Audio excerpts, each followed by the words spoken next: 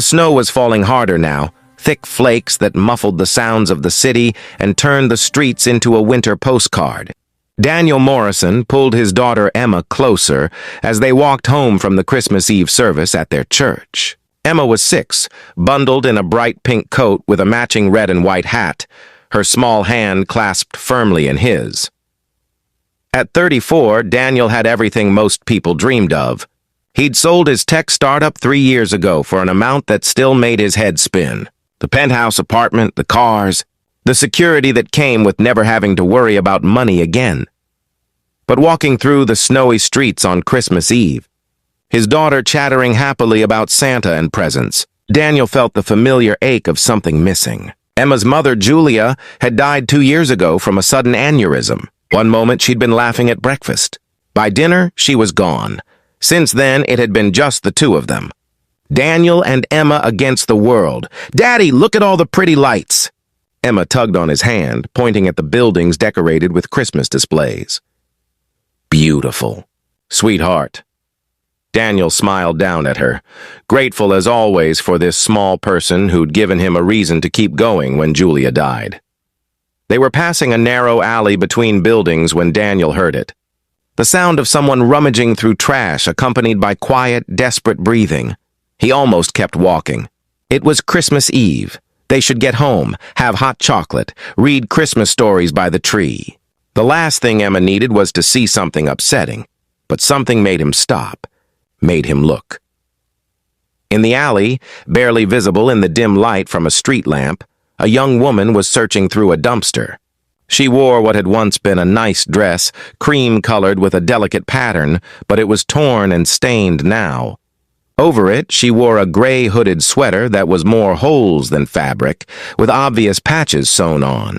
Her blonde hair hung in tangles around her face, and even from a distance, Daniel could see she was shaking from the cold. She clutched a notebook against her chest with one arm, while using the other to dig through the trash. She found something, a half-eaten sandwich maybe, and pulled it out with a sound that was almost a sob of relief. "Daddy, why's that lady looking in the trash?" Emma's voice was small, confused. The woman's head jerked up at the sound. She looked at them with wide, frightened eyes like an animal caught in headlights. In the lamplight, Daniel could see she was young, maybe late 20s. Her face was gaunt, hollow with hunger, but there was something refined about her features. Intelligence in those fearful eyes. "I'm sorry," she said quickly, clutching the notebook tighter. "I'm sorry. I'm leaving. I'm just—" Her voice was hoarse, raw but educated. The accent of someone who'd once had a different life. "Wait," Daniel said gently. "Please don't go." The woman froze, torn between running and staying. She looked at Emma, and something in her face crumbled. "I'm sorry your daughter has to see me like this." "No child should have to see this." "I'm sorry." "Miss, are you hungry?" Emma asked, her voice filled with the uncomplicated concern of childhood. The woman's face twisted. "I'm fine. But her stomach growled audibly, betraying her, and she closed her eyes in humiliation. Daniel made a decision. "Please, let me buy you dinner." "There's a diner just around the corner." "It's Christmas Eve. No one should be alone and hungry on Christmas Eve." "I don't need charity," the woman said, but her voice shook. "I'm fine. I just need—" She looked at the sandwich in her hand, and Daniel saw the moment her pride broke. Tears slid down her dirty cheeks. "I'm sorry. I'm so sorry. I used to be someone. I used to matter. I don't know how I got here." "You still matter," Daniel said firmly. "Everyone matters, please, just dinner. That's all. My name is Daniel, and this is my daughter Emma." The woman looked at Emma again, at this small child bundled in warm clothes, safe and loved. "My name is Claire," she whispered, "and I haven't eaten in 3 days." The diner was warm and bright, decorated with tinsel and a small Christmas tree in the corner. The hostess looked uncertain when they walked in, clearly uncomfortable with Claire's appearance, but Daniel's expression brooked no argument. They slid into a booth, Emma between Daniel and Claire. Daniel ordered hot chocolate for Emma, coffee for himself and Claire, and told Claire to order whatever she wanted. Anything? Claire's voice cracked. Anything. As much as you want. Claire ordered soup, a sandwich, eggs, toast, a side of bacon. When the food came, she ate slowly at first, trying to maintain dignity, but hunger won out. She devoured everything, tears streaming silently down her face the entire time. Emma watched with solemn eyes, then pushed her own hot chocolate toward Claire. You can have mine if you're thirsty. Claire stared at the small child, and more tears fell. Thank you, sweetie, but that's yours. You drink it. Are you homeless? Emma asked with a child's directness. Emma, Daniel started, but Claire held up a hand. It's okay. She deserves the truth. Claire looked at Emma. Yes, honey. I'm homeless. I lost my home. Why? Claire took a shaky breath. I made mistakes, and I had some bad luck, and I lost everything. Daniel had been watching Claire throughout the meal. The way she held her notebook like a lifeline. The educated way she spoke. The remnants of grace in her movements despite the desperation. What's in the notebook? He asked gently. Claire's hand went protective over it. For a moment, Daniel thought she wouldn't answer. Then she opened it carefully, as if it were made of glass. Inside were pages and pages of writing. Beautiful, flowing handwriting. Stories, Daniel realized. Stories and poems and what looked like the beginning of a novel. I was a writer, Claire said quietly. I'm a writer, I guess, even if no one will ever read my work. I was finishing my MFA at Columbia. I had a teaching assistantship, a small apartment, a future. Her voice broke. Then my mother got sick. Cancer. I used all my savings helping with her medical bills. Dropped out of school to take care of her. She died 6 months ago. I'm so sorry, Daniel said, meaning it. After she passed, I couldn't catch up. Lost my apartment when I couldn't pay rent. Lost my job because I had no address, nowhere to shower or sleep. Everything spiraled so fast. Claire looked at her notebook. This is all I have left. The only thing I managed to keep. My words, my stories. They've kept me sane these past few months. Where do you sleep? Daniel asked. Shelters when there's room. Park benches when there isn't. Under bridges. Doorways. Claire said it matter-of-factly, but Daniel saw the shame in her eyes. I'm one of the invisible people now. The ones everyone walks past and pretends not to see? I see you, Emma said suddenly. You're not invisible. Claire's face crumbled again. She reached out and gently touched Emma's hand. Thank you, sweetheart. Thank you. Daniel's mind was racing. He thought about his empty penthouse, about all the resources he had. About Julia, who would have brought this woman home without hesitation. Julia, who'd always believed in helping people, in using their good fortune to lift others up. Claire, he said slowly, I want to make you an offer, and I need you to hear me out before you say no. Claire looked at him warily. What kind of offer? I have a guest suite in my apartment. 2 bedrooms, private bathroom, small kitchenette. It's been empty since my wife passed away. Daniel took a breath. You can stay there. As long as you need. No strings attached. No expectations. Just a safe, warm place to live while you get back on your feet. Claire stared at him. No, I can't. You don't know me. I could be anyone. I could be dangerous or you're not dangerous. You're a person who got dealt a bad hand and needs help. Daniel leaned forward. Claire, I've been blessed with more money than I'll ever need. My wife always said we should use it to help people. To really help them, not just throw money at problems. Let me help you, please. Why? Claire's voice was barely audible. Why would you do this for a stranger? Daniel glanced at Emma, who was watching both of them with serious eyes. Because 2 years ago I lost my wife, the love of my life. Emma lost her mother, and for a while I was so lost in grief I didn't think I'd survive. But people helped us. Friends brought meals. Neighbors watched Emma when I couldn't function. My sister moved in for 3 months just to make sure we were okay. His voice grew thick. I learned that woman searched for food and found home instead. Sometimes helping someone isn't about owing or deserving. It's just about being human, seeing someone who needs help and offering it. Claire was crying openly now. I don't know what to say. This doesn't happen in real life. People don't just save you. Maybe they should more often, Daniel said. Is that a yes? Claire looked at her notebook, at Emma's kind face, at Daniel's honest eyes. Yes, she whispered. God help me, yes. Thank you. The guest suite was more beautiful than anywhere Claire had lived even before she became homeless. She stood in the doorway, dirty and exhausted, and started to cry again. I'm going to ruin everything, she said. I'm filthy. I'll destroy your beautiful home. You won't ruin anything, Daniel said firmly. There are fresh towels in the bathroom. I'll leave some of Julia's clothes outside the door. They should fit. Take a hot shower, sleep in an actual bed, and tomorrow we'll figure out next steps. Julia, my wife, she was about your size, Daniel's voice caught. She would want you to have them. She was always bringing home people who needed help. Drove mending becomes a beginning. A stranger becomes family. And love finds you in the last place you expected to look. In a dumpster on Christmas Eve, we're a hungry crazy sometimes. But it was one of the things I loved most about her. Claire touched his arm gently. She sounds wonderful. I'm sorry for your loss. I'm sorry for yours too.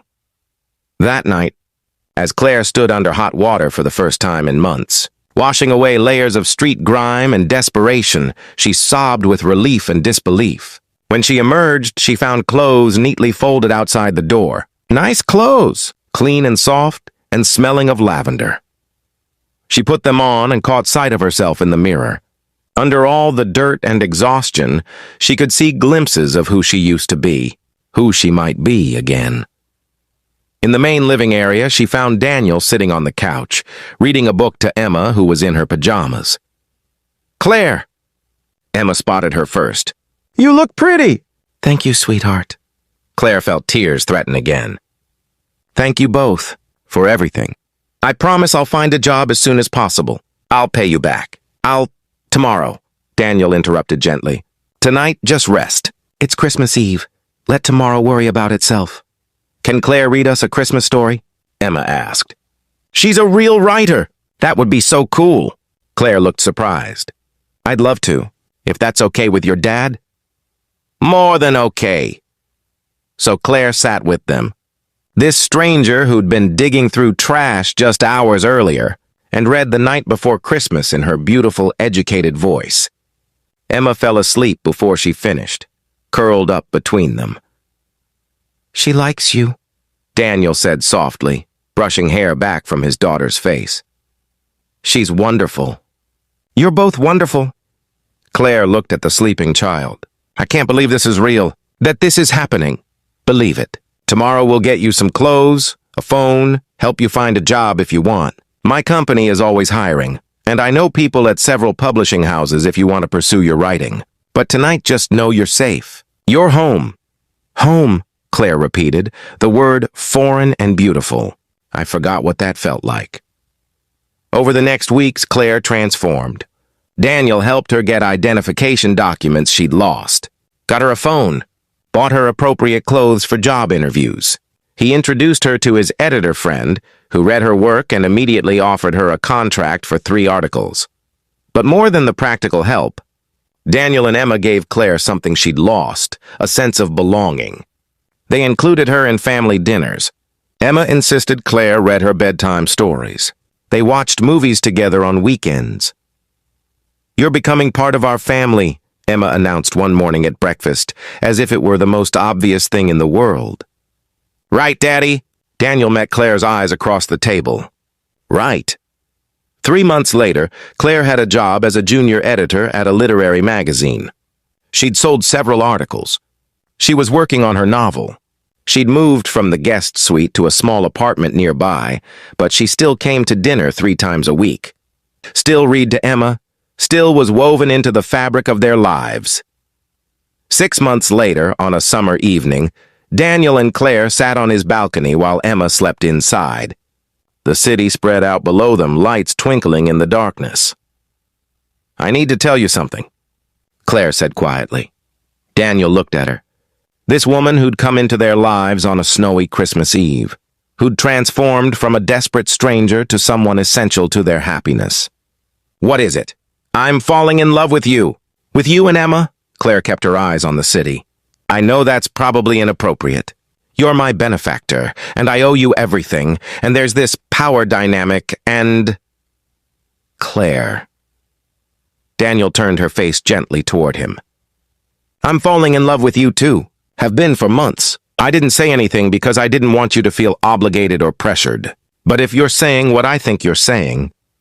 I'm saying I love you, Claire said, tears in her eyes.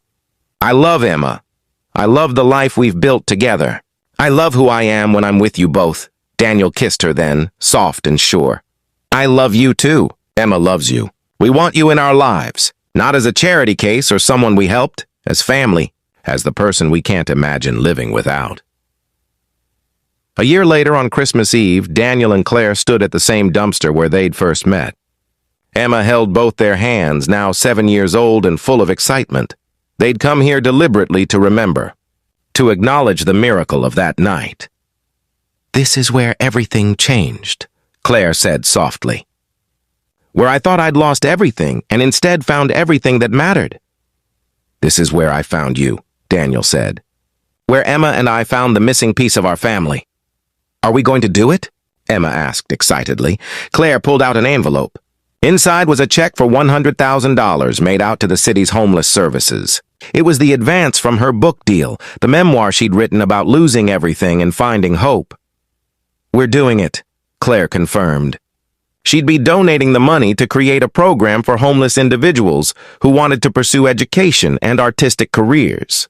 The Claire Morrison Fellowship, named after the woman she'd been and the woman she'd become.